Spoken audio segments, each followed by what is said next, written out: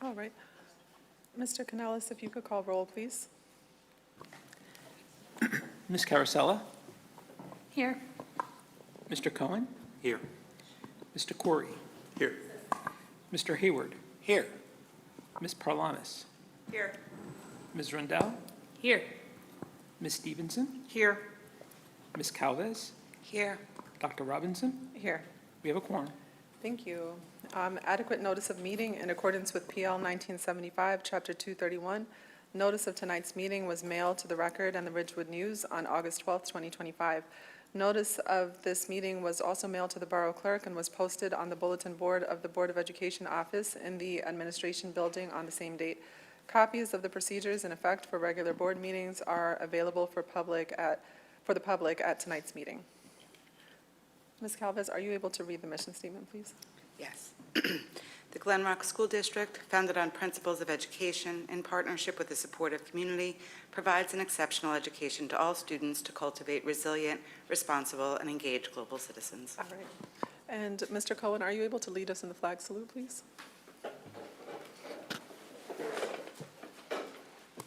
I pledge allegiance to the flag of the United States of America and to the republic for which it stands, one nation, under God, indivisible, with liberty and justice for all. All right. So one of the first things, I noticed that there are members of the public here. I would like to actually have the public comment section up front, just because of the nature of this board retreat. I think that probably provides for the greatest input for anybody that may be here to talk about anything that's board related and public related to this agenda item only. And so are we in agreement there to have public comments first? Okay. All right.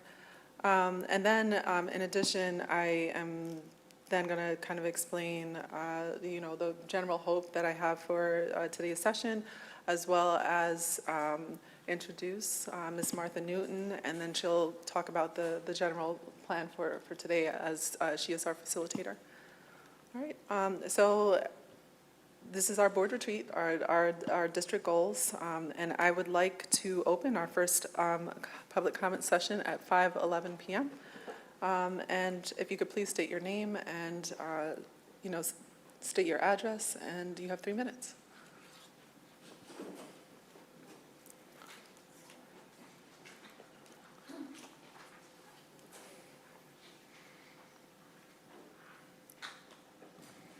Good evening. Thank you for providing me this opportunity to speak tonight. Firstly, Dr. Robinson. Dr. Angela Pucci-Bender, 55 Yardley Court, my mistake. I must commend you for having the strength and the ability to acknowledge past mistakes and to attempt to correct them while you move forward. I would like to remind each of you of the vital roles you play in serving our community. As board members, you are not just representatives of the school system. You are advocates for our students, their families, and the community as a whole, as well as the educators that serve our children. Beyond the typical responsibilities of making fiscal decisions and considering the impact of your votes that they have on our home values, most importantly, your decisions have a profound impact on our children's futures. Naturally, the superintendent of schools plays a crucial role. I'm disappointed he's not here tonight, as this is supposed to be with him, collaborative. I have said this before, and I will say it again.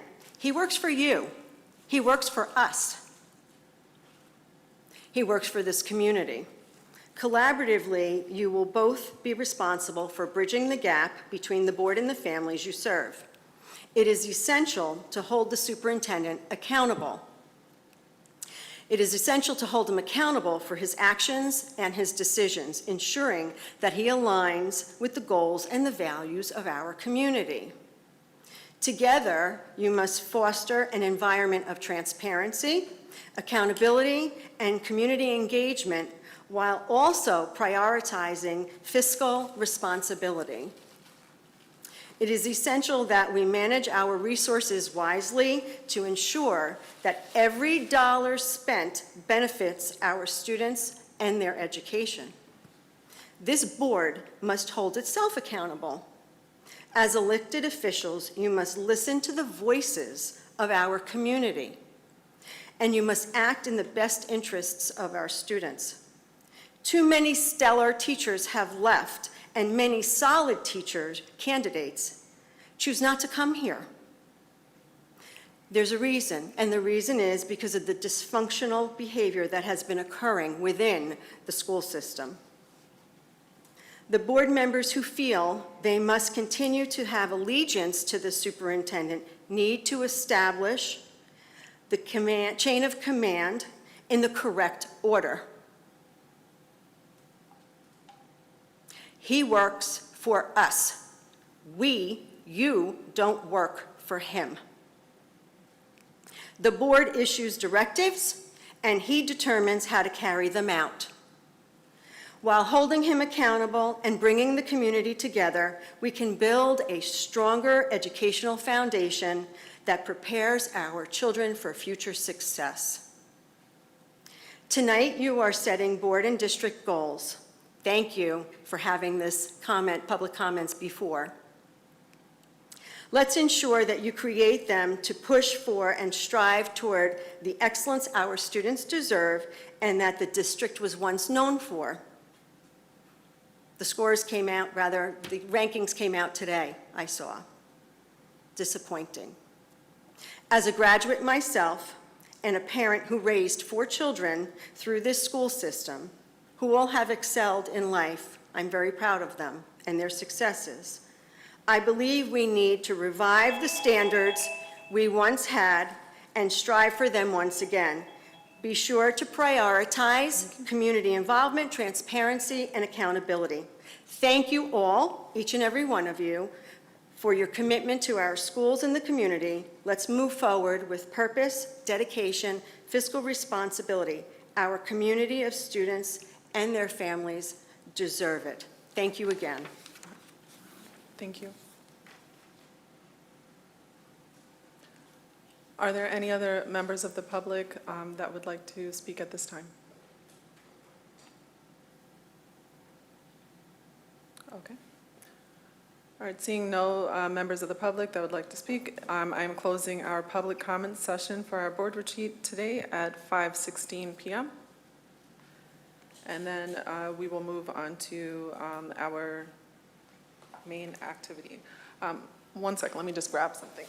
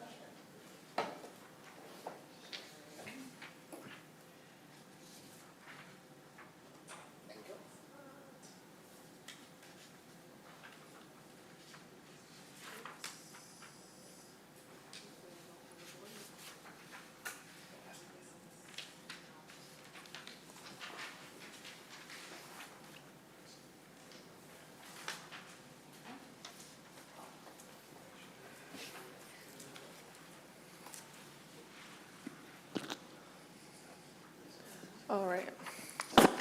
So what everybody will see in front of them is kind of a printout from the NJSBA. So the NJSBA offers, goal setting, help with strategic alignment, and like a variety of other services that the board can seek to take advantage of, and possibly that's, something that will come up today as a result of today's work. But ultimately, what we are used to seeing in our district is a set of board goals that the board develops, where we're working on the things that the board internally has wanted to work on, and then we have district goals, which have historically been either set or suggested by the superintendent, and we adopt. And what many, not only the community members, but board members have been asking for is a lot more interactivity with developing the district goals and setting a process for the future of our district, and being a little bit more involved in the strategic direction of our district eventually. So today's board retreat or district goal setting is really just for us to establish that kind of conversation where we take a look at the things that Dr. Charleston has, submitted to us that are talking about the things that he thinks are priorities for the administration. And then we utilize that as well as the things that we've received either through the work that we put online, like the form that I asked you all to submit, and then talk about how we can come up with, 3 to 5, like district goals that we can then present to Dr. Charleston collaboratively. I would like to introduce Ms. Martha Newton, who has done a lot of work around facilitation, and I'm going to actually allow her to introduce herself because she can do it so much better than I can. And I'm really thankful again for you giving us the time here so that we can move some issues forward in our district and work for success. Thank you. Thanks for the opportunity. I'll just say a few words about myself. I think the board members got a list, stuff to know about Martha Newton. Kind of like the headlines, like why me, why I'm doing this. One is I have a pretty deep connection to Glen Rock and Glen Rock school system. I went to school here, K through 12, and it served me well. My preparation, I got in and out of Harvard College, so that, kind of, it worked.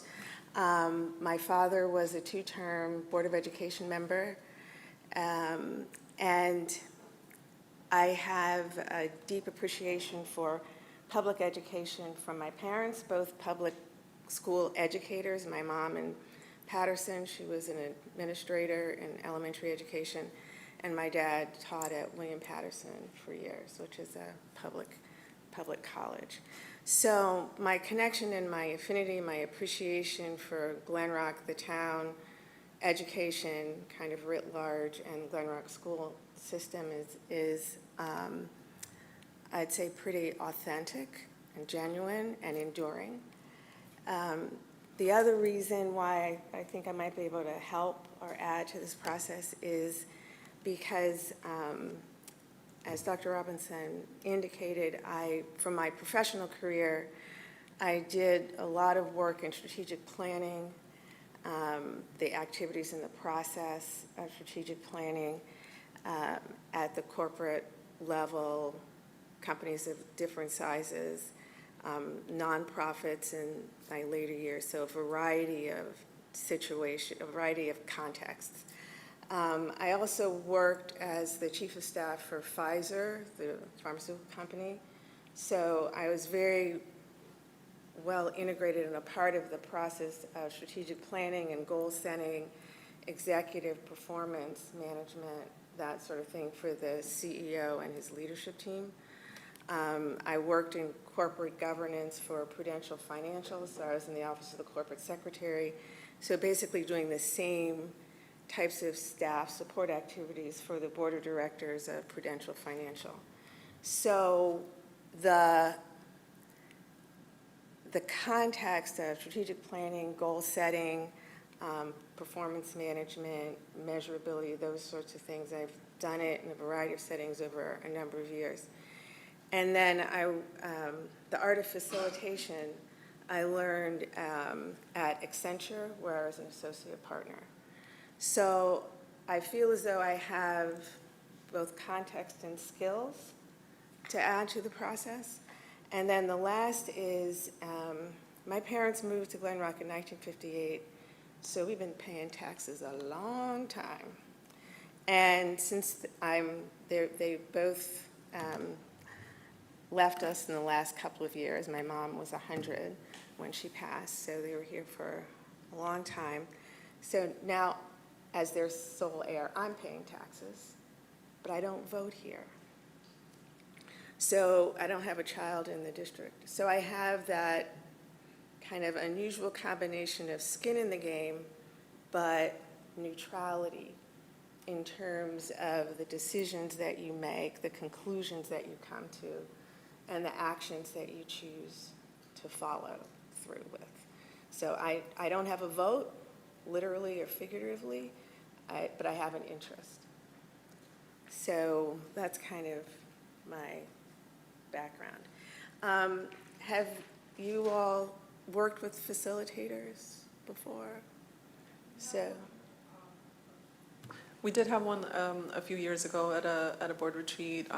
It's a kind of a different structure than this, but we did have one in the past that helped us integrate with the community on a variety of things that we worked through across the day. Maybe like a 4-hour day or a 5-hour day or something like that. so you know that facilitators, try to focus on the process, the conversation, the context, clarity, that sort of thing.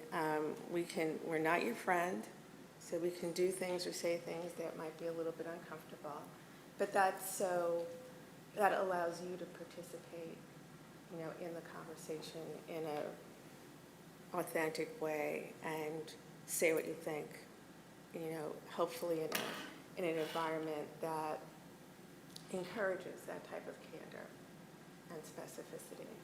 So with that kind of as an expectation setting, I make it on your nerves, but I'll try to do it in the nicest possible way.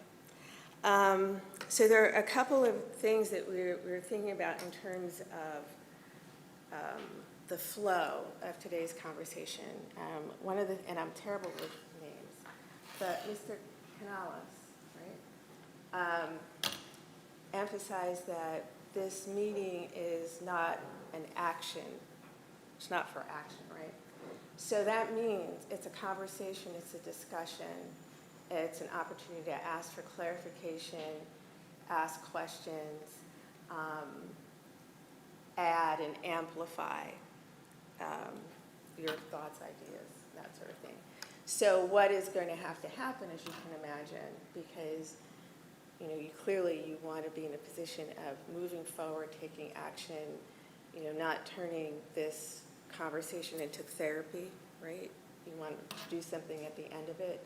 What will happen is that I'm a prolific bullet flip chart maker, so I'll try to keep track of what's said here on the flip chart and then synthesize it into some type of meeting summary that can then come back for further discussion, refinement, hopefully with the superintendent's input and other district experts and stakeholders, so that you'll get to something that the team can endorse and move forward with enthusiasm and conviction. Does that make sense? Yes. So- And also, are you able to bring the mic a little bit closer to where you stand, just because I know that there's a possibility that public will listen. Okay, I'll try, and I'll try to speak loudly. So if anybody have any questions, suggestions, comments with that approach? So as Dr. Robinson indicated, we have two primary starting points for today's discussion. One is a set of initiatives submitted by Dr. Charleston and his team. And then the second is a summary of some feedback that we asked board members to provide about their thoughts. So it's kind of unfiltered, their thoughts about what district priorities should be. So to introduce us to the proposals, the ideas, the priority initiatives from the point of view of the district team, Mr. Van Est is going, and Mr. Canales are going to add a little color commentary to those. And I do have some handouts, so you guys can, song sheets, so you can sing along, make notes.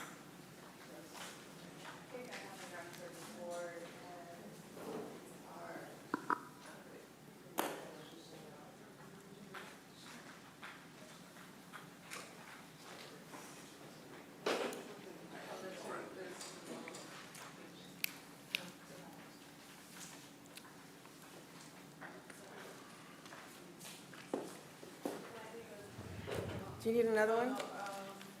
They won't have, yeah, it's just for the board. Pardon?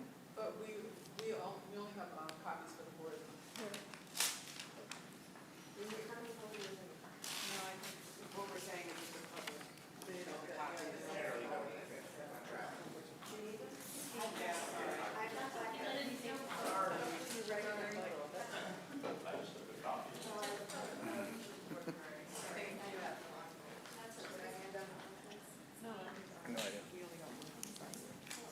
No, I handed out the wrong thing. Sorry.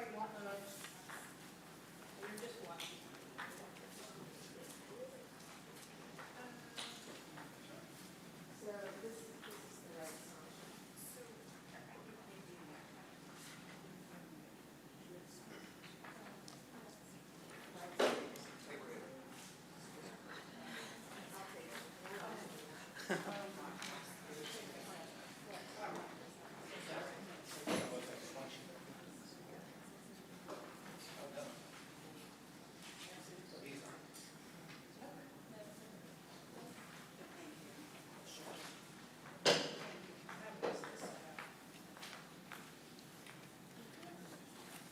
So with that, sorry for the glitch. I don't know all the rules of the road yet. So does everybody have one piece of paper that's two-sided, which we're going to talk about first, and the second piece of paper that's one-sided? And we'll start with the district initiatives as submitted by Dr. Charleston. Sure. So for the board, you know that we usually come up with a couple academic. What's that? It's all right. That's all right. Just getting organized over So- here. You're a little slow. Yeah, it's summer. I get it. I get it. So we usually come up with a couple academic goals and one financial goal. And last year, if you remember, what we tend to do is build on the goals from the year before. So we're not spinning people around in circles, chasing our tails here. So if you remember last year, the first goal was about MTSS, a multi-tiered system of supports, really getting that off the ground, and especially with the restructuring we did with the elementary coaches and the win periods and all of that stuff. And then the second one was focusing on student supports, continuing on the work we had done over the last several years with SEL training and those things. So this year, what the administrative team has put together, instead of following just those two, we kind of separated it into an elementary focus and then a middle and high school focus. So for the elementary focus, I'll just read it to you. The district will strengthen Tier 1 and Tier 2 instruction in the general education setting to better meet the diverse academic and social emotional needs of students through targeted professional support, job-embedded coaching, responsive instructional support. So last year when we were looking at MTSS a lot of what we were looking at is Tier 1 interventions. What can teachers do in the classroom with the kids in front of them? So now we're expanding a little bit more with Tier 2, which is small group instruction, which is, things that have to go a little bit beyond what we can do in real time if there's one teacher in the room. So some of the more specific kind of ideas behind this that the administrators pulled together is streamlining and strengthening data collection in core content areas so teachers can readily utilize flexible grouping, especially during the intervention, the win period at the elementary level and throughout the school day. Partner with instructional coaches or specialists to refine teaching practices through co-teaching, peer observation, feedback cycles, and continue to embed the SEL practices through Ruler, Year 3 implementation. For example, community circle meetings, mood meter check-ins, blueprint restorative conversations to create supportive classroom environments. So you can see we're not ignoring that second goal. We had them split kind of more academic and SEL. We're kind of embedding it into that elementary altogether. Social and emotional learning. Social and emotional learning, and because you're giving a lot of specificity on these one sentence high-level goals. Mm-hmm. So I was just going to see if I can capture as much of that. Sure.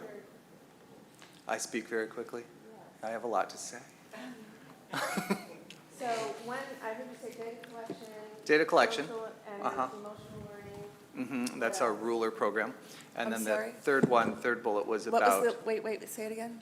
so our program is Ruler called Ruler, program? R-U-L-E-R, Ruler. It goes with SEL.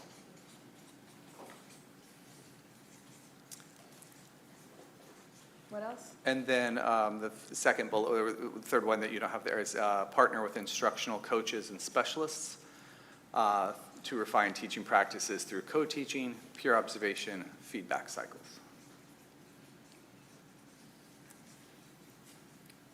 And is that just for elementary school kids or for Yep. all? I'm working just on the elementary side right now.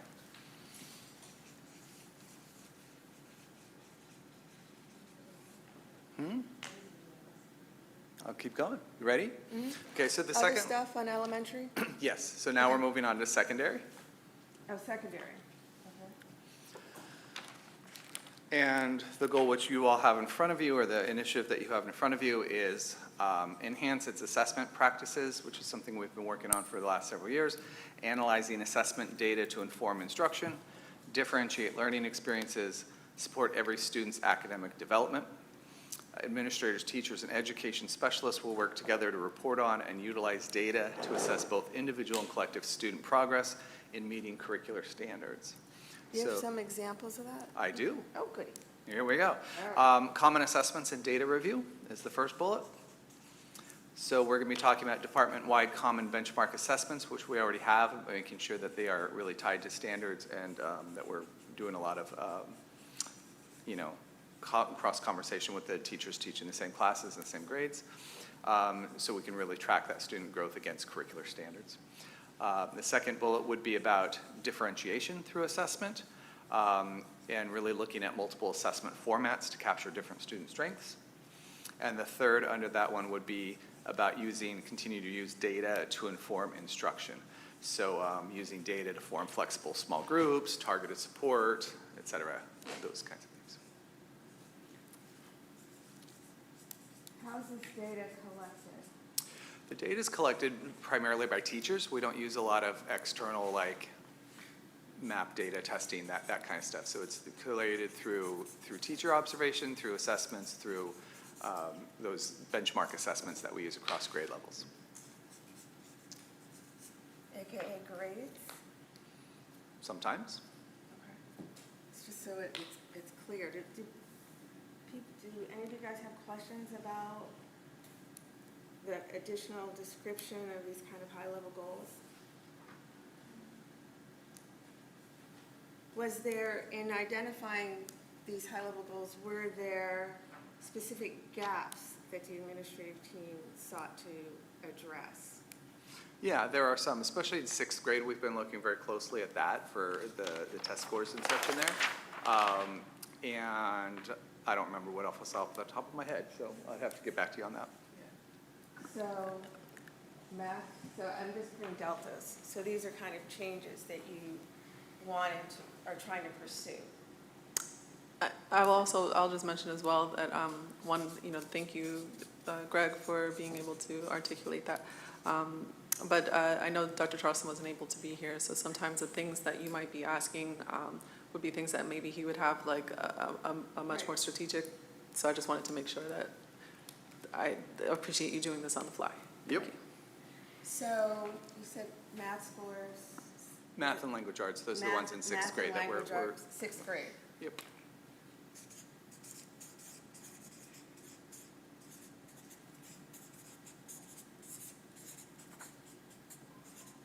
And you chose sixth grade because it's a pivotal year, or because that's where you see the most opportunity for improvement? Opportunity for improvement.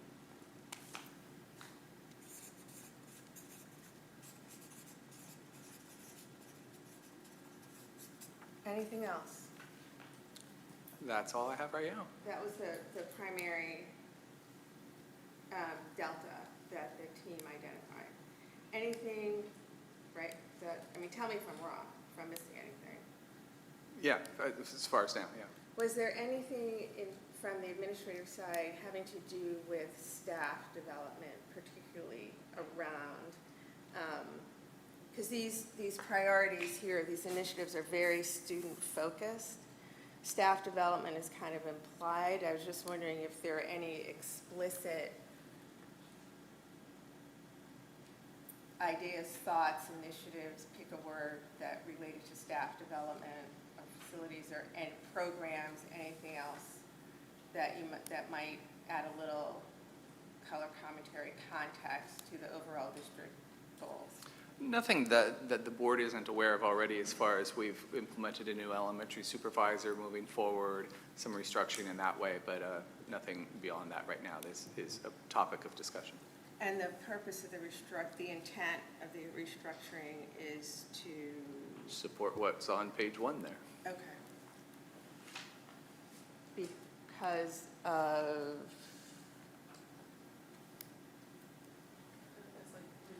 Like, I guess a need for differentiation, or like to be able to, so, and correct me if I'm wrong, because this is also my interpretation of the MTSS, is that, you know, that our goal is overall to keep more kids in the classroom and allow them to, for you to have a wider, as wide as possible, a range of learning opportunities that can stay within the classroom, and making sure that both the teachers and the students have the resources that they need, and where that you need to be able to pull people out, whether it's for a gifted program education or for students that have a different level of support, that you are doing that at only the levels that you absolutely require it, and then making sure, so I guess it's really just differentiation, like, and making sure, is that generally what we're? Yeah, and as I mentioned before, moving from supporting teachers with this tier 1 support of students to now how we're looking for students who need more support, how are we moving on to tier 2, how are we referring fewer kids to child study team, addressing things through INRS immediately,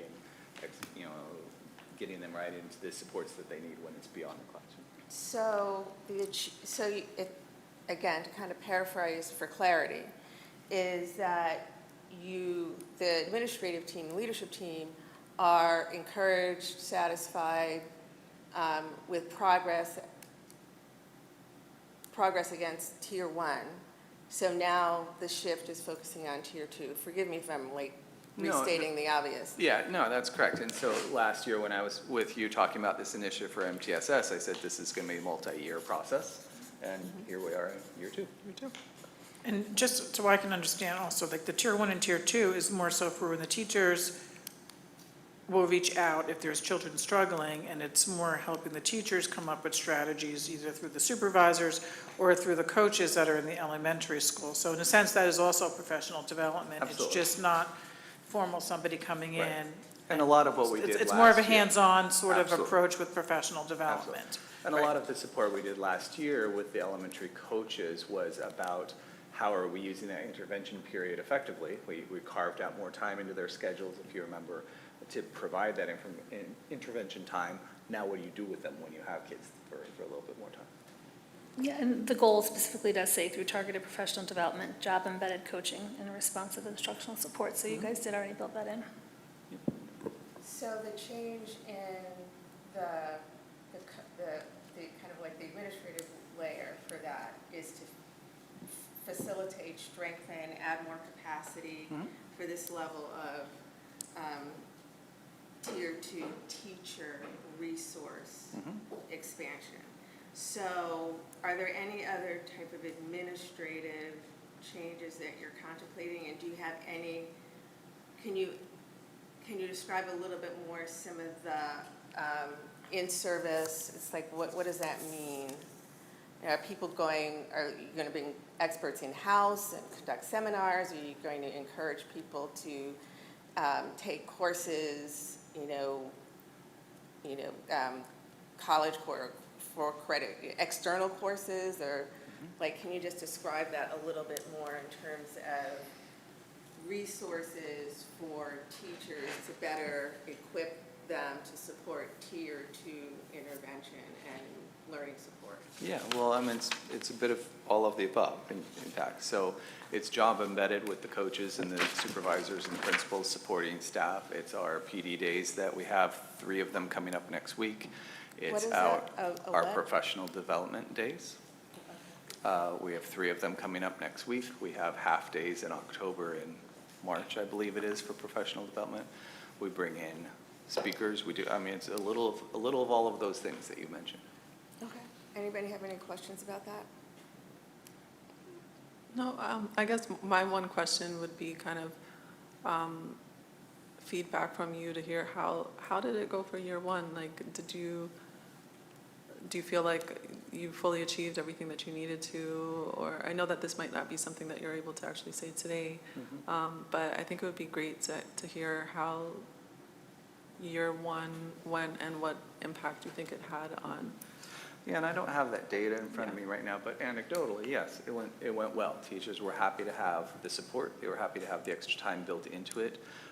There was identified that need for an elementary supervisor to help coordinate a lot of that. I heard very, very good things about the coaches and their ability to get into the classrooms and work with teams of teachers much more regularly than when we just had 2 coaches throughout all 4 elementary schools. So yeah, anecdotally, yes, it went well. We continue to work across the district on co-teaching. You know, it's been a big push of ours, and that is involved in elementary as well, with special ed. Through this, we've identified, you know, and even with our, during the QSAC process last year, INRS is an area that we still need work. Every district needs work on that. So really early identification and how do we support kids and having that be more uniform across the 4 buildings. For example, both INRS plans and also 504 plans are written at the elementary schools, but it's not always seamlessly translated to the middle school. And there are different supports that can be offered at a middle school. So like that's an area that we're looking at. So there are lots of little pieces that have come up with that. So I wouldn't say like, home run, we're great, move on to tier 2, but there's still a lot going on. And what does INRS stand for again? Intervention and referral services. Thank you. And again, INRS is thought of as a student support, because it is, but it's almost in some ways more of a teacher support, right? Here's a kid who, it could be a behavioral thing, or it could be a reading thing, or it could be a math thing, or whatever it is, there's a difficulty here. And I've tapped out my strategies, right? And so I go to my team, my INRS team, to say, help me out with additional strategies for this. What else can I do? How can we approach this as a team approach on this kid before he or she falls farther behind, before we have to think about more intensive, service. And it's usually for the students that are not eligible for special services, the kids that kind of fall in between. So they have that safety net and the support, also for the teachers, which is really, it's designed for. So I have a question kind of on that same theme, because when you're talking here about the diverse academic and social, emotional needs of students in the elementary, on the elementary tier, and then differentiate learning experiences, presumably to support different types and levels and ways of academic development. Have you noticed that the diversity is, how do I articulate this?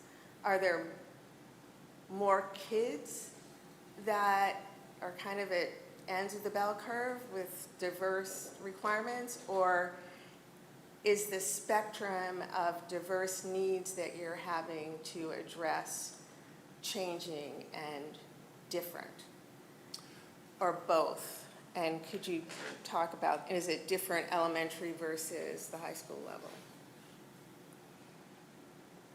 I would say a little bit more of the second, which is we have more types of, I don't think it's more types of diverse learners. I think it's a better understanding of the different ways in which people learn, right? And so whereas a generation ago we might have just said, oh, well, we don't know what to do with this kid. Now we understand a lot more about how kids learn and how brains work and how to better service more kids. And so it's an issue of getting that knowledge into the teacher's hands and supporting them with that.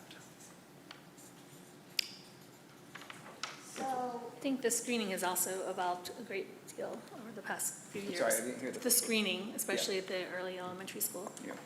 age. Just a question about the process, and first time doing this. Those are initiatives, but are we turning them into goals, like measurable goals, or like is that? That we're going to proceed through this. I think the first part is for us to really fully understand, because like as Dr. Charleston said in his email, he said that these were I forgot the word he used, like, administrative goals or something like that. So ideally, we want to make sure that whatever we're asking for the district goals are also matching up with the things that he's saying, that he's identified that are, needs in our community. So I think going through this, and Martha, please tell me if I'm off base, but going through this is for us to fully understand and then also see if there's areas where we're aligning, overall, the district the goals that we're looking for, like seeing where we can match up some of them. Is that what? So, kind of along the lines of what you're saying, it's like this conversation is a seek to understand conversation. So some of the annoying questions that I'm pestering Mr. Van Nest with, like this one, right, is so that it can have a measurable goal. So are we measuring greater diversity, or are we measuring more kids, just as to be blunt, right? Which is why I asked the question that way. Is the demand and the challenge for teachers that they have more kids who are not kind of in the middle of the bell curve, right? For whatever reason, doesn't matter. But they have different requirements and needs in order to succeed at the level that the board and their parents would like them to succeed. Is it that, or are teachers having to deal with a broader range of challenges to successful learning? All right. So that, which kind of can lead to like a measurable So that's outcome. the next step is the. Right. Yeah. So part of the conversation here is to get to that next level of understanding about some of these their initiatives, their Yeah, exactly. aspirations, they're high level, they're they're lofty, they're admirable, they're hard to disagree with. But the challenges that these folks have is they have to reduce it to practice. And your questions are, how can we support that with resources? Yep. So I had another conversation today with one of the NJSBA, or like our professional association, like one of the field reps, and kind of just around what does goal setting look like? If they ran a goal setting retreat, what would it look like? And it would be kind of like, well, why do we do goals? Let's review our mission statement. Let's talk about, do you have a strategic mission statement already? If so, let's review that. Let's review last year's goals and discuss were they achieved, or were there parts that need to be carried on and why, which is kind of like what we just had there. It says bring 3 or 4 goal statements as needing the laser focus for the district, which we have here from Dr. Charleston. And then the difference in a SMART goal for the educational world is that a lot of times, like the time and measures are more defined in like the action plan. So you have your like a broader loftier goal, and then there would be an action plan that is then like all of the details as to how you're going to get there, and whether they're CSA goals or board goals or district goals, like all of those would have like kind of like a blueprint for action. How do you plan on getting there? How are you going to assess that you're successful over a period of time, with updates, which you have kind of like a sample calendar in front of you. And the action plan for the district goals is something that's developed by the superintendent and administration. And I think that one of the questions that I know, Martha, you asked me with regards to goals was, like, typically they also have some sort of like budgetary influence. So if you're allocating resources and things like that, you want to make sure that aligns and that matches up, and making sure that like we're prioritizing the things that we're saying that we need, and we have financial backing to support those priorities. That's it. So yes, theoretically, one day, not this year, but one day, the process around strategic planning, strategic intent, strategic planning, and then operational planning, right? So kind of what Dr. Robinson was talking about, how do you take this aspiration, this kind of high-level goal that might be multi-year. 3 to 5 years from now, we want whatever it is the board says they want. And then you have to operationalize that, right? Like, what does that mean in terms of steps that we can take to bring this to life? And then the other aspect is to make sure we have the resources that are required in order to deliver against that. And the resources could be financial resources, they could be resources that, you know, we need the financial wherewithal to acquire.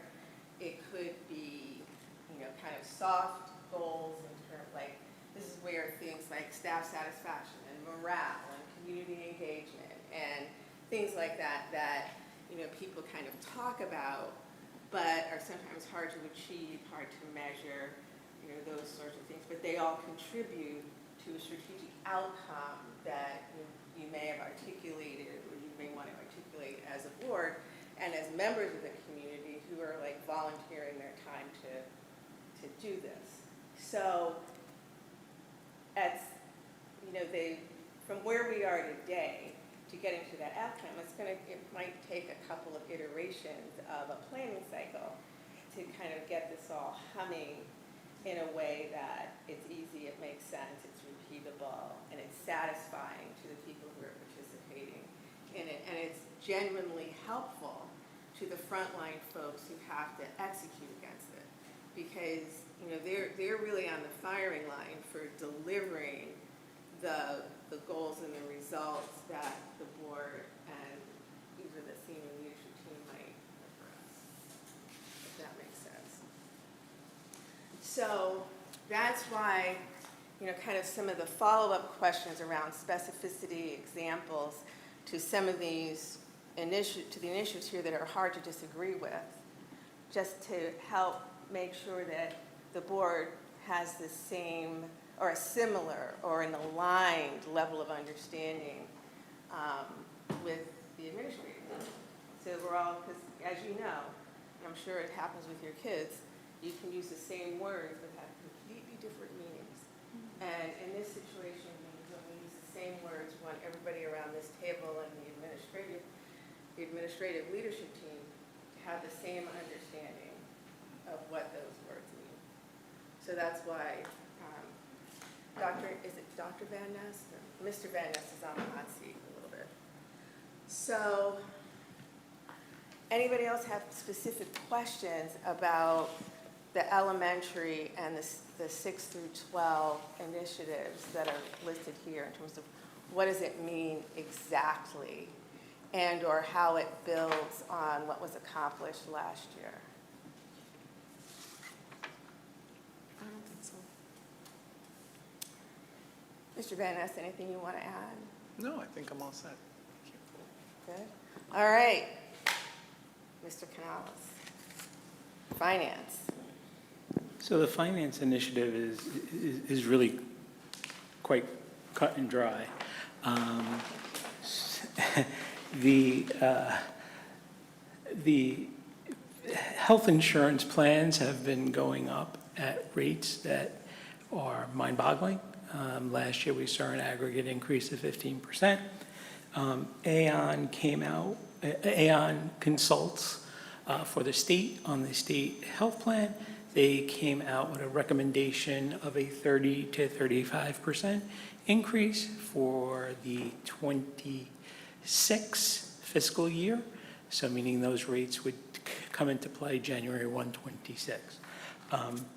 So the first thing I did when I read that report was we made this initiative that we need to look into what other alternatives there are. Obviously, alternatives would be equal to or greater than the benefits that folks currently have, but potentially acquiring them at a lower cost.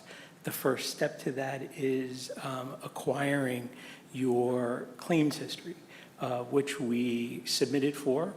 We did last year as well. And our claims rates were too high, according to our benefits consultant, to have any other option other than the state plan. We are hoping that given another year, 1 year falls off, another year falls on, so we've requested them again. And hopefully, the claims rate will be somewhat lower, making us a bit more of an attractive candidate to whether it be a private carrier or a school health insurance fund or self-insurance. There's a number of options that we could explore as to how to procure those benefits at a more reasonable cost. Okay, so this is, I'm not your friend, but I like you, hat on. So, January is like right around the corner. In terms of a sense of urgency of solving this and possible outcomes. So there's a no relief outcome possibility. So what's the implication of a 30% increase as of January 1st, which is right around the corner? Like cutbacks, like special assessment, like renegotiate contracts, like? So the way it works is the state provides for some relief on increases to the premiums above, I believe it is 2%, which would then flow through the taxpayer, with the difference then being absorbed by the operating budget. Last year, I think it was in the neighborhood of $300,000. That was our share of the 15% increase, so double that. And I don't have these numbers in front of me. So say $400,000, $500,000. So that would be something that we would have to find in our budget. And So- what that looks like, there's not a lot of what I'll call fat in our budgets. So, it probably results in programmatic changes and/or headcount changes. So I'm speaking, you guys, don't be shy, because I'm making this up, in terms of when you think the next board conversation about this with a greater level of specificity might be, or what types of decisions they might have to make, and by when, and? So the conversation begins once we get the claims rates. Okay. That's coming from the state. So Lord only knows when we will receive that. Once we do, then we will review that with our insurance broker, our health insurance broker, to determine if there are options. So obviously, I guess a report out would be on our claims rate, and then a report out on our conversation with the health benefits consultant as to options. My personal opinion is that, so the state health plan works on a calendar year while we work on a fiscal year. My guess is that anything we would do would be effective July 1 of '26, so we would have 6 months of the 30%, because I just don't think there's enough time between now. And again, the rates aren't even set, right? I think the legislature votes sometime in the fall for the actual increase. So I don't think we'll have time to do the due diligence that's necessary, have an open enrollment. It's going to be a process. So I would think it would be a July 1 launch, because after we come up with the For relief. option, yes. For relief. For Okay. relief, yes. Because then after discussing options, the board then has conversations with the unions, because there's, there's requirements within the contract. That's where I said the equal to or greater. So it's a bit of a collaborative effort there. So not insignificant. Anybody have any more questions about either the scope of this timeline or when it might happen? Because there's a whole lot of follow-on questions that you could have.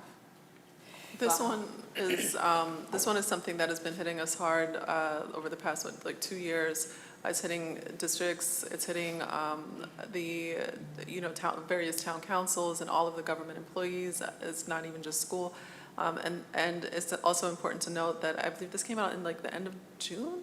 Yeah, the end of June is when this was released. And so it's an abrupt change that not only we have to deal with, and I'm just messaging this out because I know maybe the board already kind of knows, because we kind of always talk about this, but also for any community members that are listening, that this has been a massive challenge year over year to see what is happening with state health benefits. And we absolutely do care that we have those conversations with information with the unions, because they're partners here, and I don't want the kind of negative relationship that some other school districts have had around this about changing these healthcare options and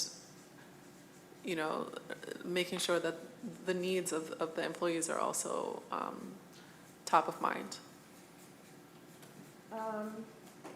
If I said that right, James.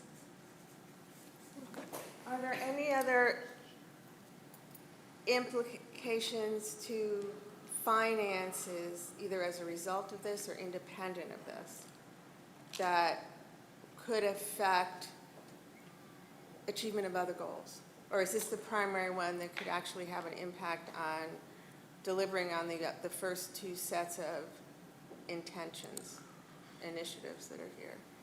I mean, are there any, just asking, I mean, the answer might be no. Well, the answer is yes. Okay. You have the variabilities of state aid. Variabilities of state aid? Yes. So as state aid goes, that's kind of how your budget goes.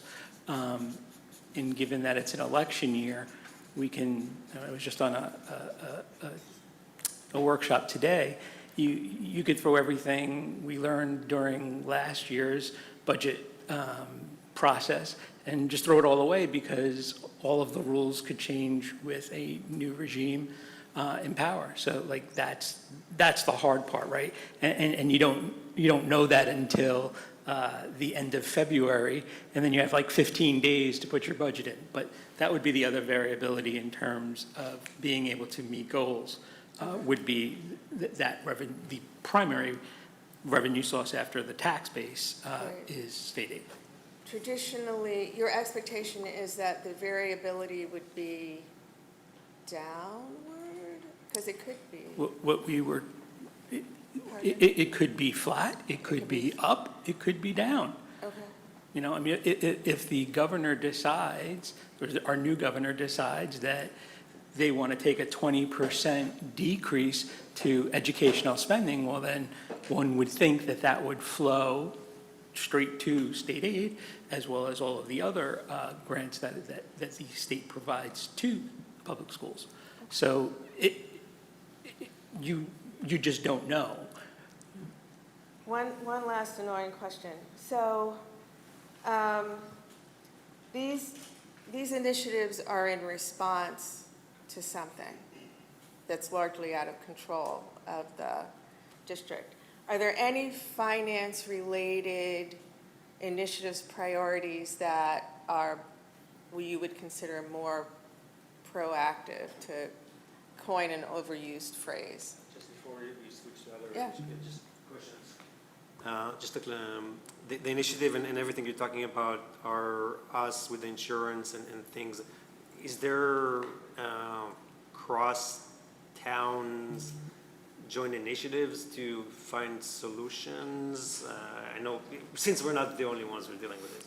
So those joint committees would be the SHIF, which are the school health funds, which are a group of school districts that come together and pool their risk and hope that risk pool that they bring to the financial market is lower than what we're experiencing in the state health plan. So that's the opportunity to work in conjunction with other school districts in addressing the issue. I guess what I'm asking is, are we going to explore some of those options? We're going to explore every option. Great. Any other? The state educators plan was supposed to be that, right?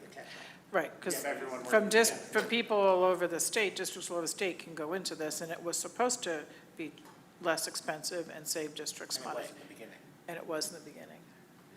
So that, I mean, it was, and people switched over, some people didn't, and all in the hopes of having quality health care and saving districts money, but it doesn't seem to be working.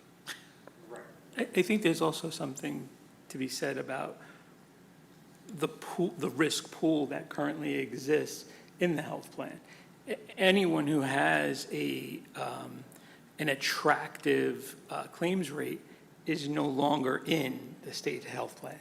They have left. So I personally coined the state plan, the plan of last resort. When you have no place else to go, that's where you land in the state plan, and then you become subject to this variability that we've been seeing. Any other questions before I ask if there's anything from a finance perspective that's more kind of self-motivated, would you say? So, like cost management, I don't know, I'm making it up. Is there anything that you're trying to manage costs on other than health insurance? Are you trying to lower energy costs? Are you trying to increase, provide more resources for the teacher enrichment programs that Mr. Van Ness, are you trying to do things reprioritize within your budget, within the things that you have control over, to continue to support in a robust way the educational initiatives that you can talk, it might, that, we do that every year, business as usual, nothing new. So obviously, we live in a world of low bid and constantly looking for the cheapest alternative. Even this evening, as the board members were given partial pieces of notepads, not to use whole notepads. So we are continuously looking in every facet to try to control those costs. One of off the top of my head, extending license periods on some of our electronic textbooks, right? That's something that we've been looking into and trying to experience savings there, because the software industry is not used to 2% increases. And so trying to figure out how we manage that has been one of the ways that we've been looking to try to save money.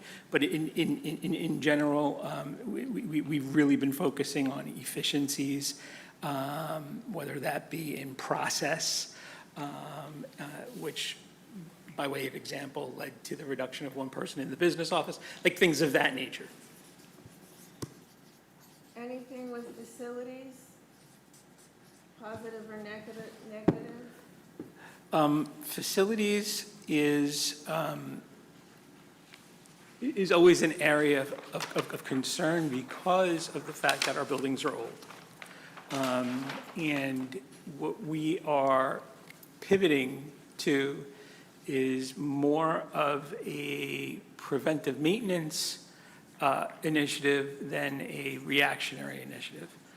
Unfortunately, however, we have the plant that we have, and we are dealing with those issues as they come up. The board was gracious enough to allow us to pursue a phase one of replacement of RT rooftop units that provide air conditioning here up at the high school, as there are many in need of repair. We had an evaluation done by our architects and their engineers in identifying and prioritizing units that need to be changed.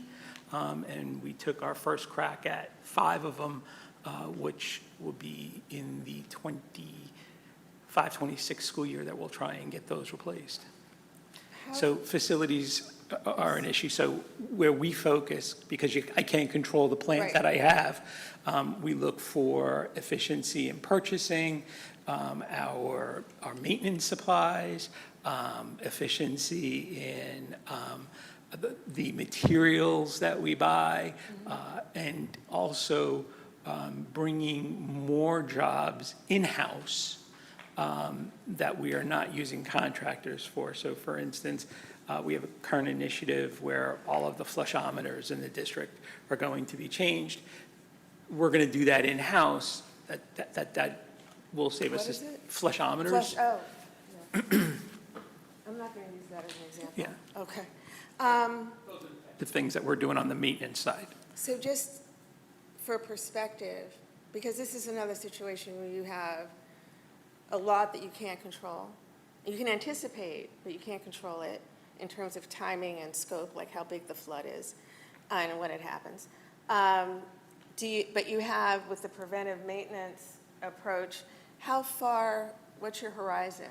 I mean, how, just for interest, purposes of interest of the, because, you know, scheduling maintenance, sometimes it's a Right. 2 or 3 year. Right, so I would say, right now, we're in triage, right? We're still assessing and determining what we have and what we need to do to get on track.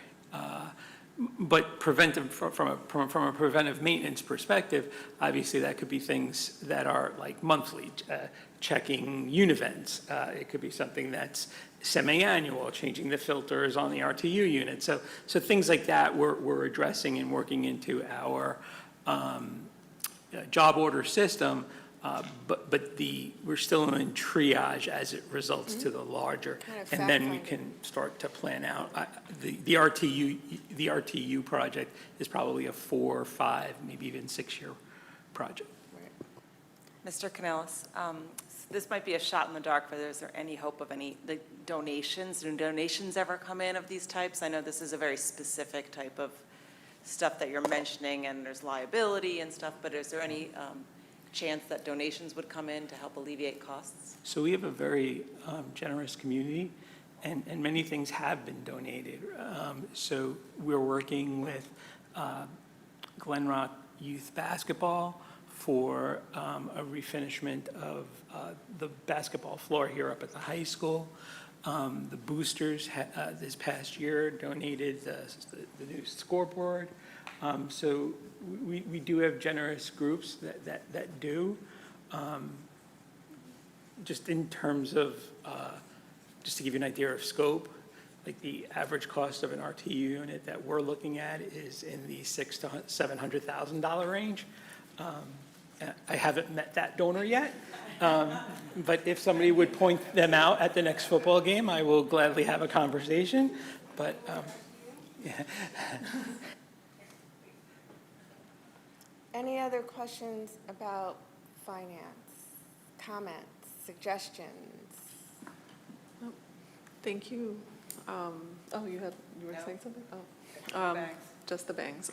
Thank you for that presentation. Well, thank you both. I think it's consistently a challenge, and I'm appreciative of your preparedness. Just one comment. So thanks for taking this grilling. I didn't expect this today. You're holding up well.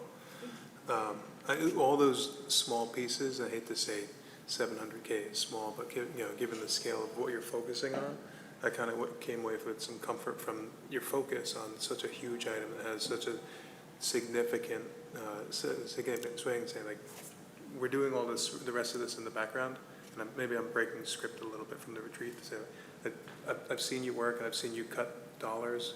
$1.84 on a budget was one number at the bottom before, so to say that we're tackling this is you're putting that flag up and putting this as a priority attention, which is why it's the item on the list. So I think it fits to the goal on that. Any other comments?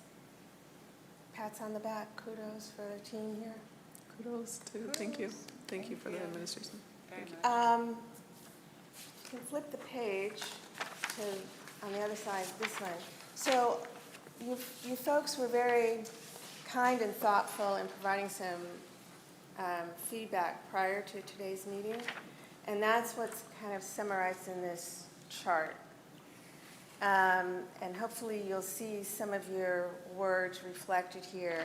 And the idea is that together with the input and proposals and the foundation laid by the district administrative leadership team, these thoughts and ideas from board members can be incorporated, aligned, matched with, supportive of, and amplify the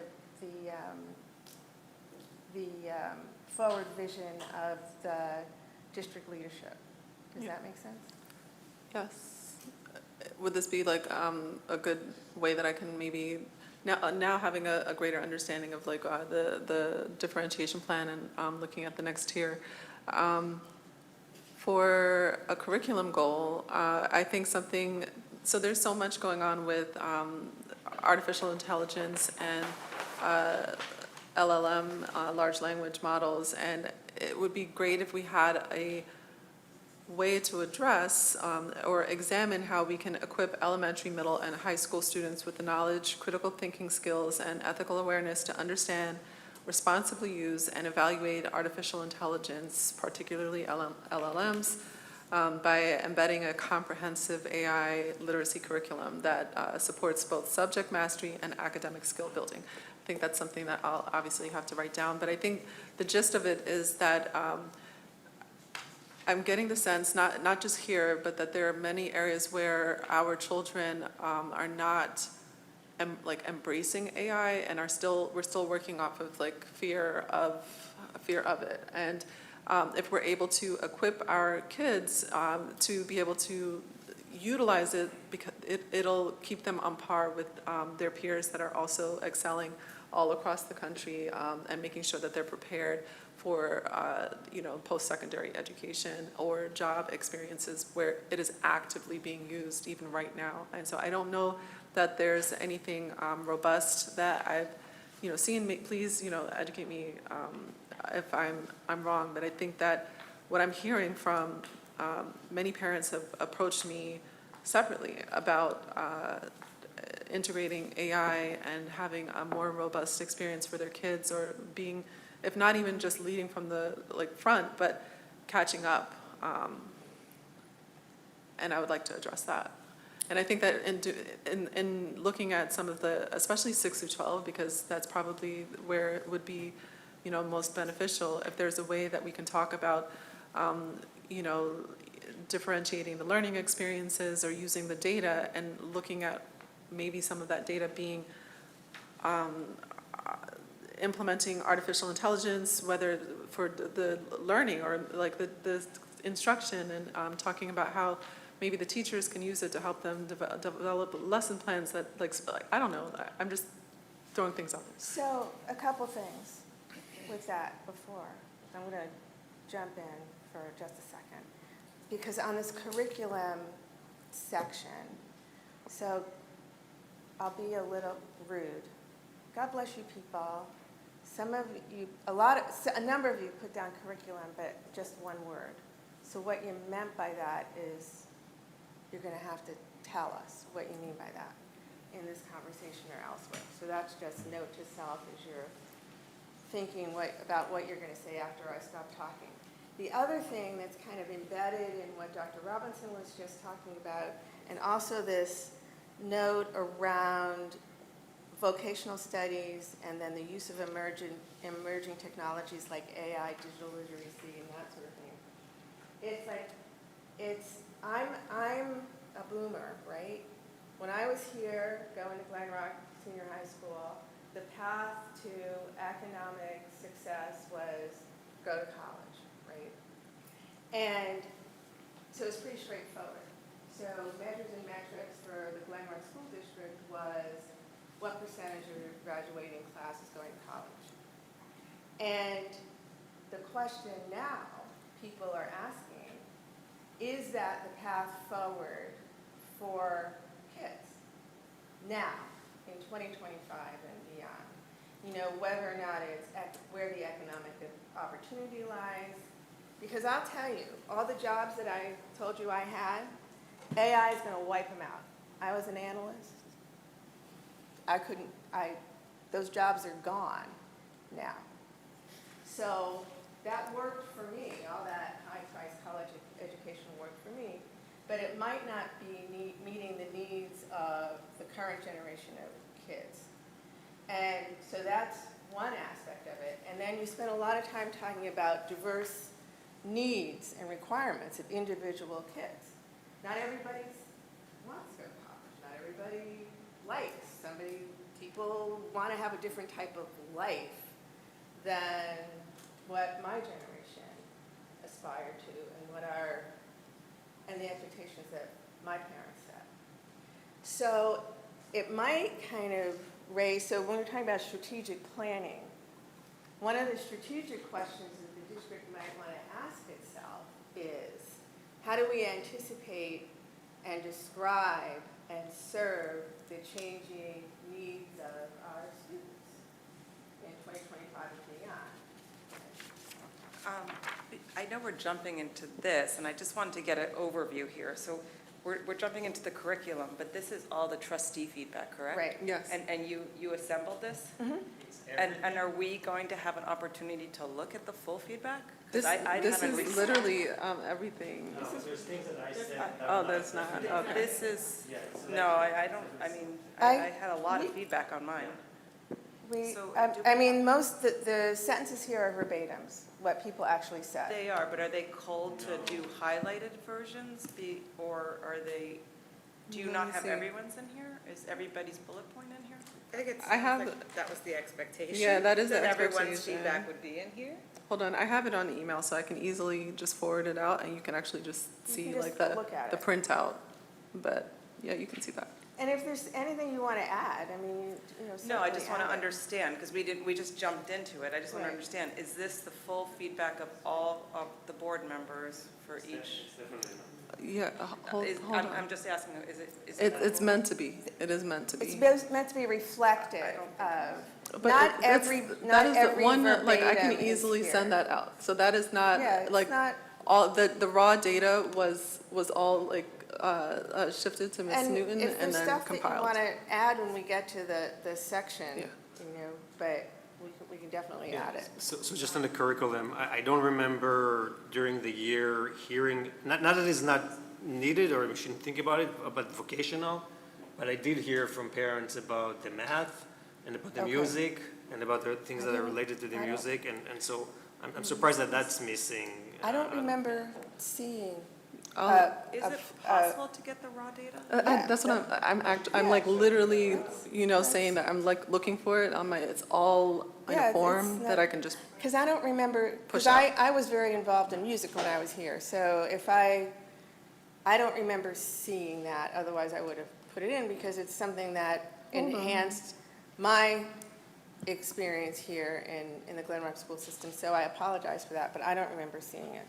So I would like to add math and music to the, To the curriculum, curriculum what subject. about it? More, different, earlier?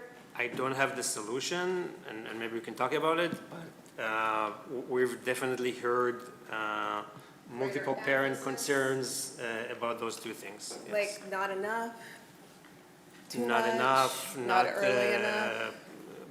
both from a grade, from a success, both from an investment of the district in those elements, and people can jump in. So investment in math and music, anything else? Anybody else getting feedback? So investment, that's great, although we just heard that we're like financially kind of strapped, so adding more seems too much for me. Also, I'm happy as a Board of Ed trustee to approve the state standards, but I am not comfortable with the board dealing with curriculum. I'd like to keep that with our educational experts. Okay. So what does that mean exactly? That was going to be kind of my question, was more to Mr. Van asked how the board could support what kinds of curriculum items that you had that were priority that I wanted to hear.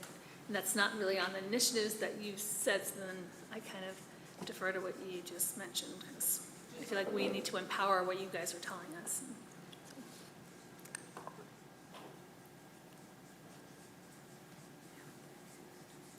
So this is the part that I would like us all to also address. Absolutely, it is our job to make sure that we're empowering our administrators to be able to tell us, one, using their expertise, what we need.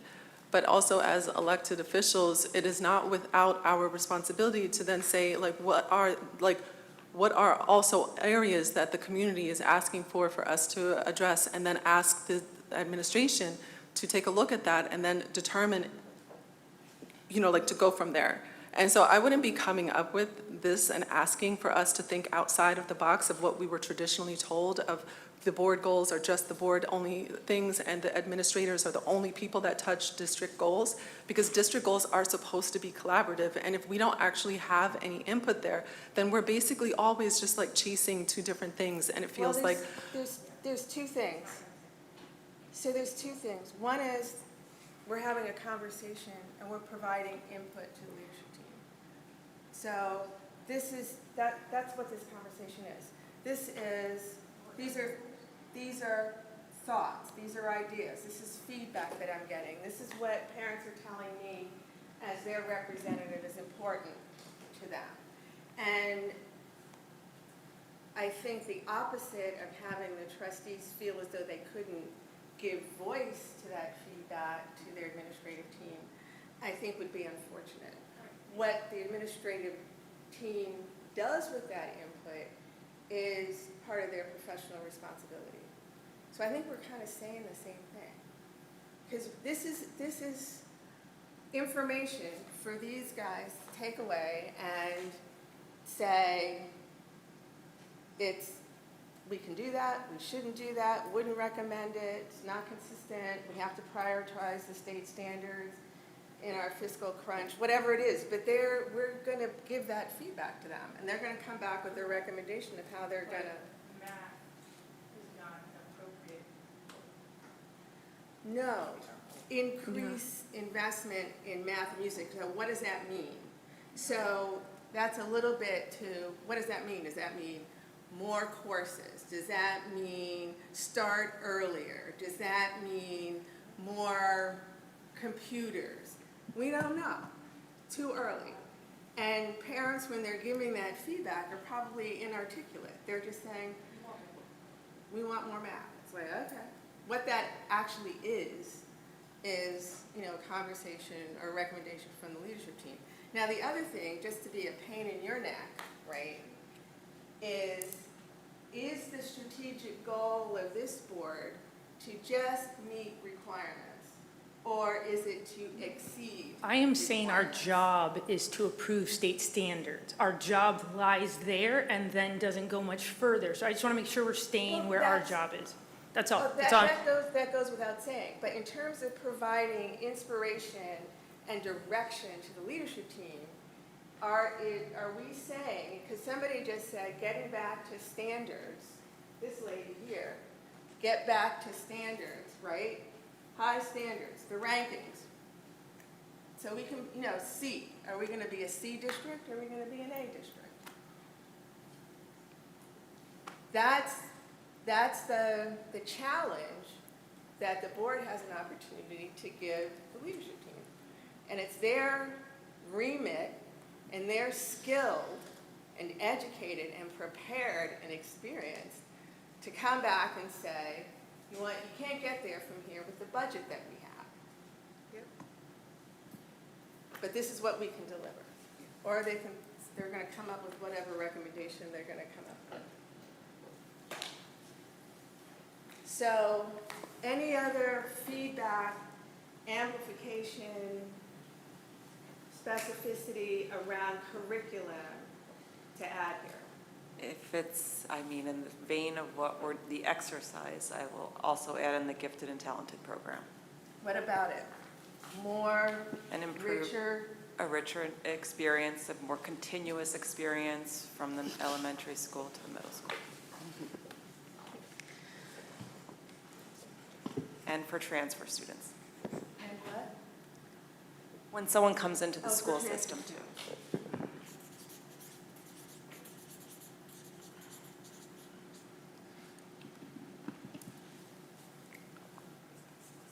I'm just gonna say better care, because I'm thinking on my feet.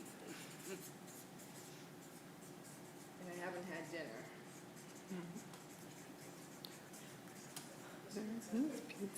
Anything else around curriculum?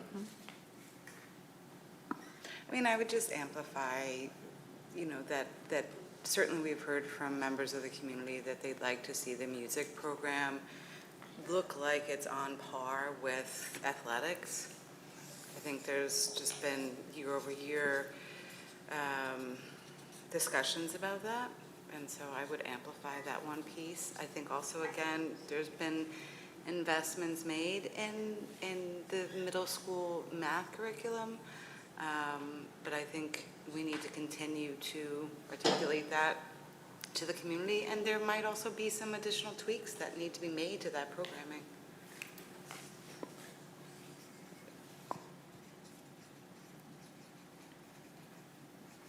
Anything else?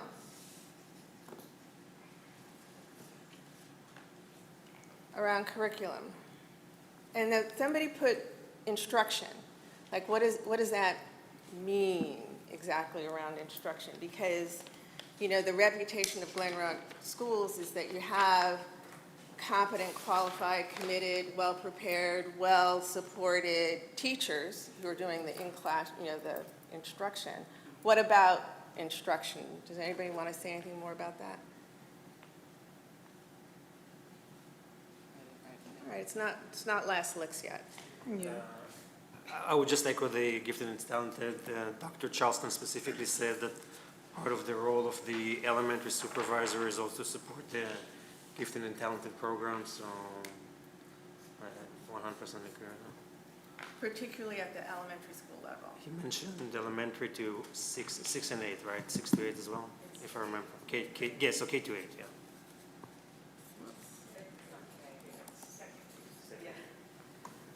I had one comment to follow on to the It's math. second to eighth, just to say. It's Two. it's second grade to eighth grade. That's really a two.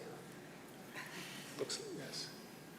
Go ahead. So math has been something that's changing. I don't know that it's communicated out. I know that the parents find out about it when their child has a challenge with it. Tying back to a previous year board goal, we talked about developing, changing the way that the board communicates and basically amplifying the administration's voice. I don't know, I'm not sure how that's going to tie into a later step, but I think that math kind of parlays itself into just policy and offerings communication to and from the community.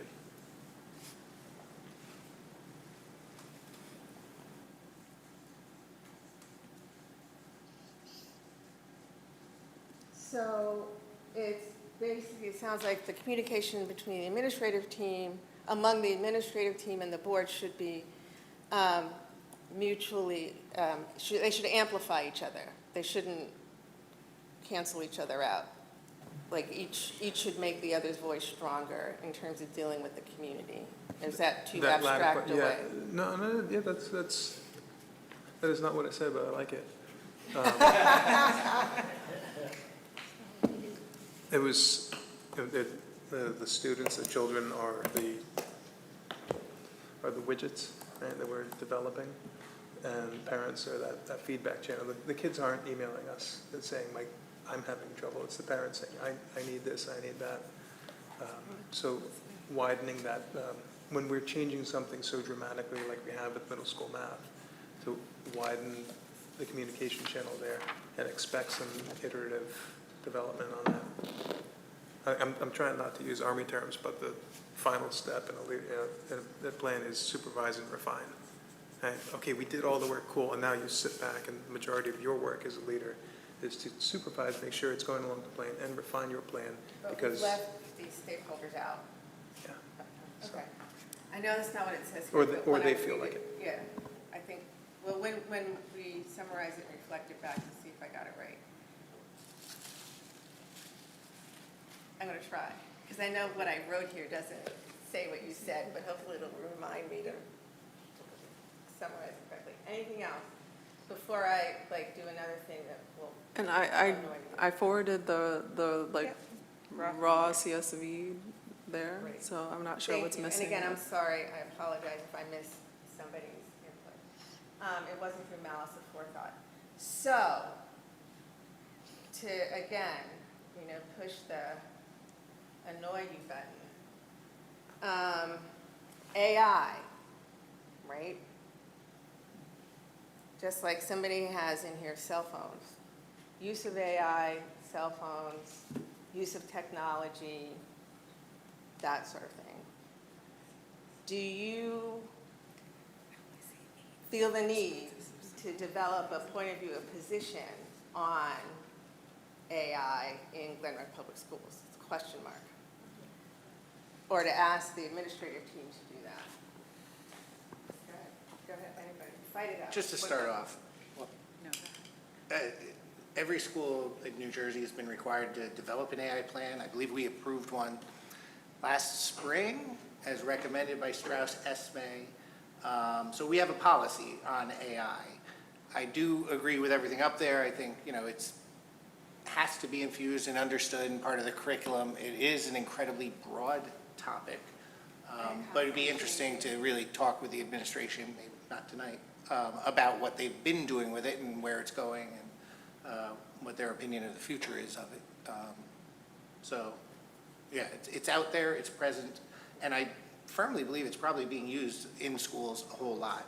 I know it's in their curriculum tools, I know it's in this education tools, so we see it every day. Just, Go ahead. just a clarification question. Are we selecting one goal per subject and we need to decide had which a one is look. or are we just putting everything? Right now, we're just kind of going through this page kind of to understand it Okay, and add anything, revise the wording, include anything that was missed here, clarify what we meant, that sort of thing. okay. And then, I don't know, I think that, I don't know whether it's premature to prioritize, particularly without Dr. Charleston here. I don't know from a process step. Is there a priority you'd like to No, sure, I'm talk just, about? no, not a problem. I just wanted, because you're emphasizing the AI, why are you choosing the AI compared to? I was just asking because Okay. it creates a policy question. Okay, got it. Because it's so different in the number of ways that it can be used and affect not just the curriculum, but the methods, who's using it, how they're using it, what kids are learning about it, because there's like an implication around values and ethics and cheating, and there's a lot of stuff associated with AI. That's the reason why I asked it. So if you're asking for a curriculum development, either to prepare kids to use AI appropriately, or a curriculum development that uses AI as a tool, then there are a lot of associated questions that the board and the administrative team may need to address. And so that's why I raise it, because it's so broad, and then the pace of change is so fast. So it's a moving target with big, big implications. So that's why I kind of jumped on that a little bit. Anything else in terms of curriculum or instruction? Innovation. Any amplification on innovation, like what do we mean by that, what the expectations are? What type of innovation challenge does the board want to set for the admin team? Like what does that mean exactly?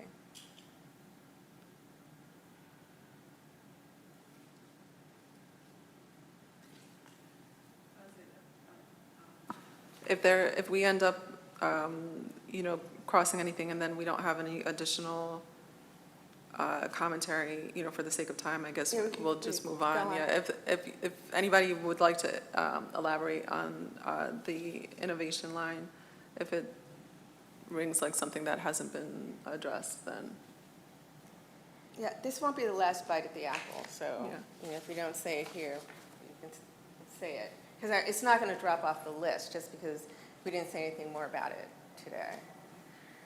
Academic performance, same kind of question. It's like, what about it?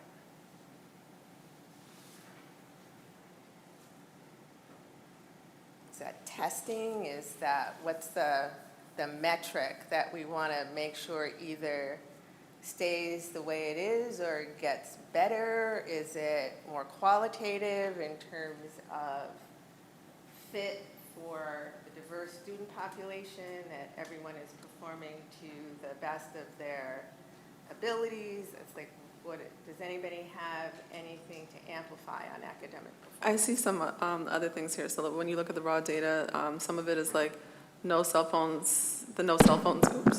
That's in there, that's the last one. I think the way that the form looks like in the CSV, so some of the things that are in like other areas actually like technically aligned up under academic performance as like the choice in the form.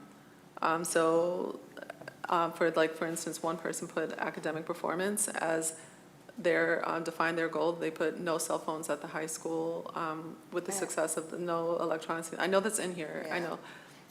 So I think that there's overlap a little bit in terms of how some of the items landed. Right. Yeah, it was hard to parse, there's no doubt about it. But in terms of academic performance, we don't have to dwell on it because there are measures and metrics of academic performance that are standards in the industry, and we don't have to reinvent them unless someone thinks that there's a gap or a delta that needs to be addressed. We talked a lot about school budgeting and budget priorities. I think the things that are listed here are kind of consistent with the conversation that Mr. Canales led. Are people looking through that bullet list and kind of nodding and saying yes, or want to add, ask questions? Yeah, just on that, and maybe it's more related actually from to the board, is strengthening the budget committee.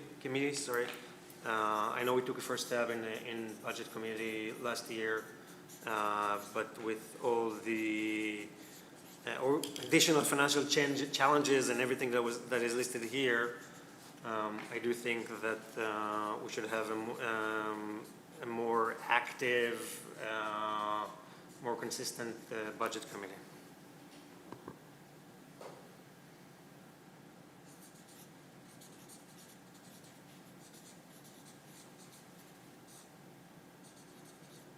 Specifically because we cannot address all of the issues in the board meetings, and it's once every 2 weeks, and there's so many things, and so, yeah. I'll add, the bullet point, what are some things we could do to increase revenue outside of taxes, tuition, and grants? Exploring any revenue options that we have here. I've seen, I know other board members have mentioned it, and I've seen it in Ridgewood where they do advertising at the sports facilities. I take my kids to different sporting events, and I see different ads from community businesses.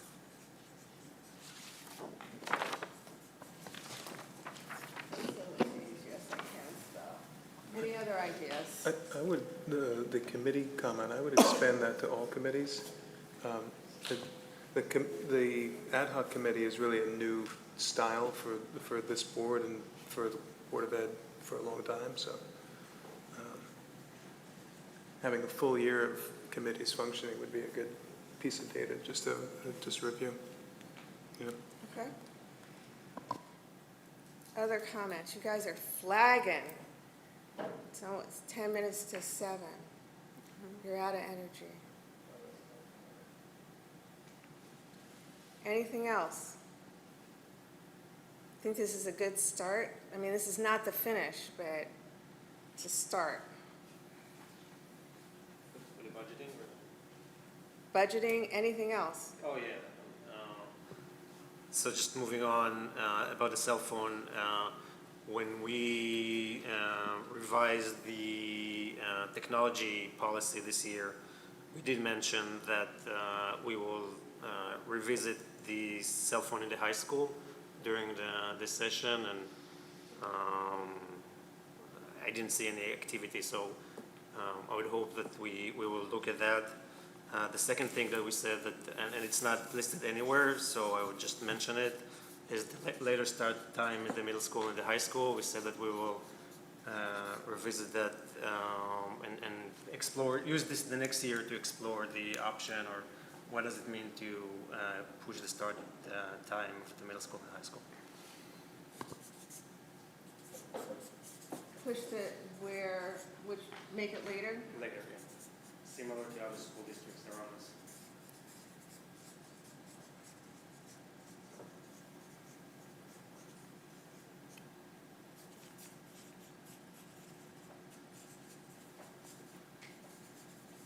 And that research that says that young people don't wake up until 10.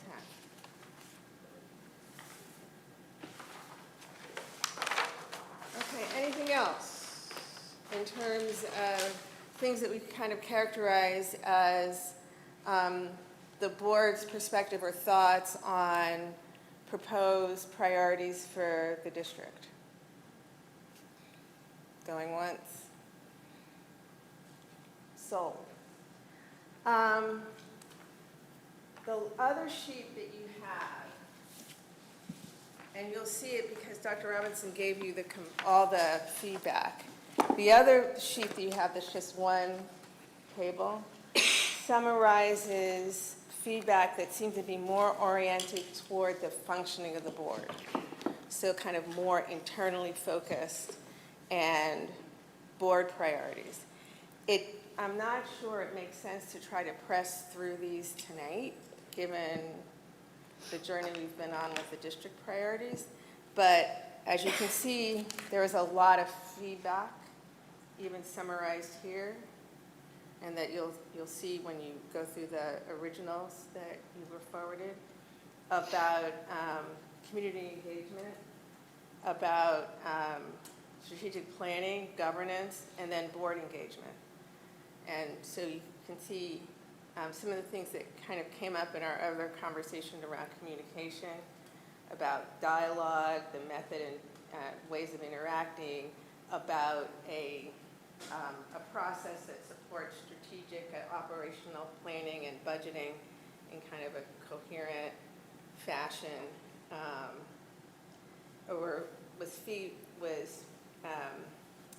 what people talked about with regard to more personal priorities, and I think have a lot to do with the way folks feel about their board participation.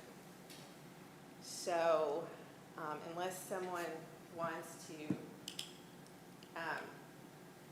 has any comments or things that they want to say, it might make sense to revisit this list at another meeting, because we're close to 7. We would have another meeting just to finish this, or can we just extend it to finish it? Or We can we just can. do it on our own, or? We can. I think that, I mean, we can, what happened? Oh, that's fine. Yeah, that's fine. I think that having a separate discussion about board priorities at another meeting, like, would be one. Retreat 2.0? Huh? Retreat 2.0? It doesn't have to be like a retreat. It could literally be like part of our closed session, and it doesn't have to be like something cumbersome, especially since we're going to still do like a self-eval process for the previous school year and things like that. So this is not like, there's not like a time constraint to like force everything into a conversation for today and to make us like do these things. I think that what you would have gotten out of today is like looking at a little bit more detail with regards to the priorities that the administration have, and then also actually discussing some of the other things that we're saying that we wanted. Like, remember you had mentioned that you wanted to know kind of like about cell phone policy and like what other kinds of things that we're looking at and asking for, you know, like a plan around. And that's kind of what the goal of this conversation would be, is to find ways that we can group around them, support the initiatives, what we need to figure out, and then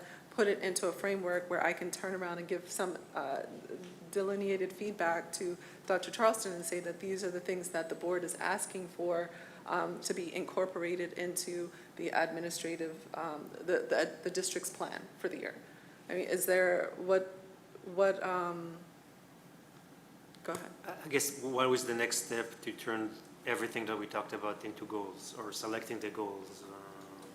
So My next step is to take this, relook at the input that you guys sent.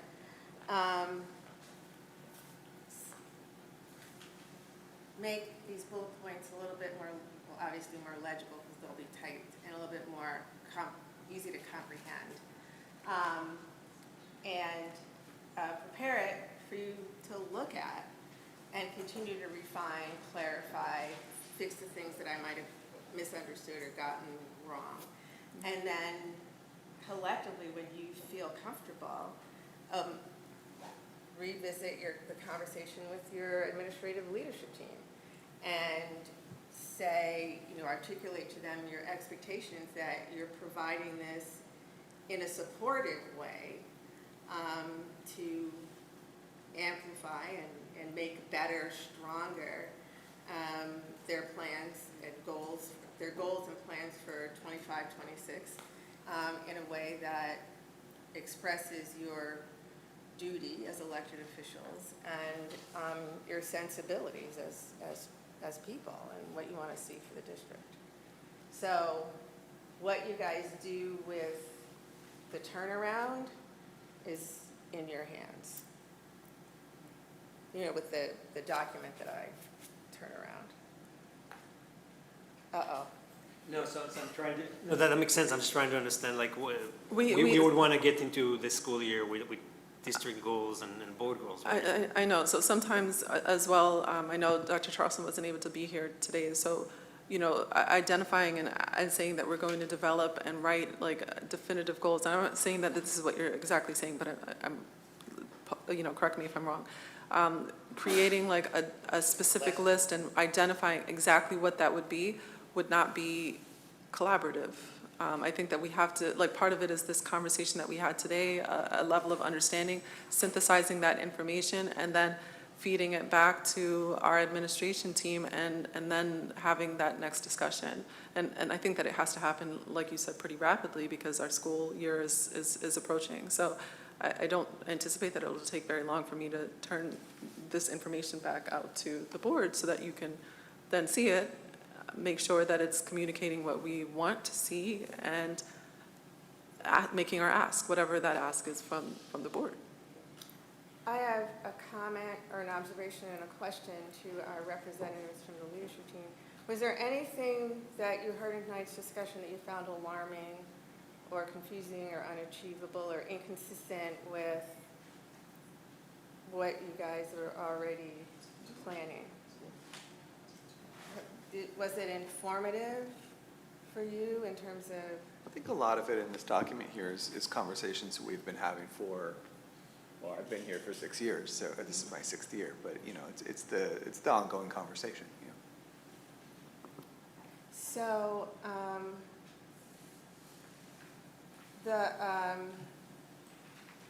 forgot what the other thing I was going to say, so it must not have been important. So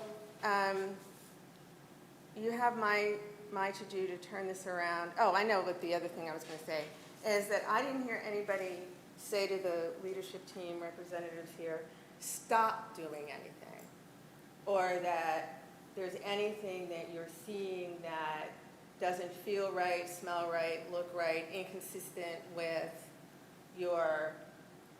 these priorities or any others. And that's a positive thing. That's a foundation for collaboration, I would say, unless somebody heard something different. Right? I mean, there was no, like, danger, danger, stop, don't do that, don't go that way. So I think that, there's a lot of cause for optimism in terms of working together in a collaborative way. I think you guys are closer than it might feel on a meeting-to-meeting, day-to-day basis. Just to follow up on Mr. Cohen's questions, what is the timeline? I know we have a meeting next week, and I know school starts in 2 weeks. And I'm not clear lately how things have been, the way information's been shared. Who's actually going to, I know we're going to get the report from you. Who's then sharing it with Dr. Charleston and the administrative team? And is everyone going to be included on that? Will we see it? What's the exact kind of process that we're going to be following? So when I get that initial compilation document, I'm going to share it with the board and then make sure that, the messaging on it is something that we can agree on. It's all going to be via email. I'm going to ask that you all submit your comments to me. I will incorporate them, put it back out. And then once it's agreed upon, I would say that we could talk. I'm hopeful, do you think that it's possible to be able to get this in the next couple of days so that when we have our meeting on Monday in our closed session, we'll be able to, either in closed or in public, depending on what it is, probably in public actually, we'll be able to address that more robustly with the information. So, stay tuned. It'll get to you. Any other questions, comments? All right. It's 7:02. Thank you. And thanks, everyone, for participating. All right, so I need a motion to close this meeting. Ms. Calva, seconded by Mr. Hayward. All in favor? Any opposed? Thank you.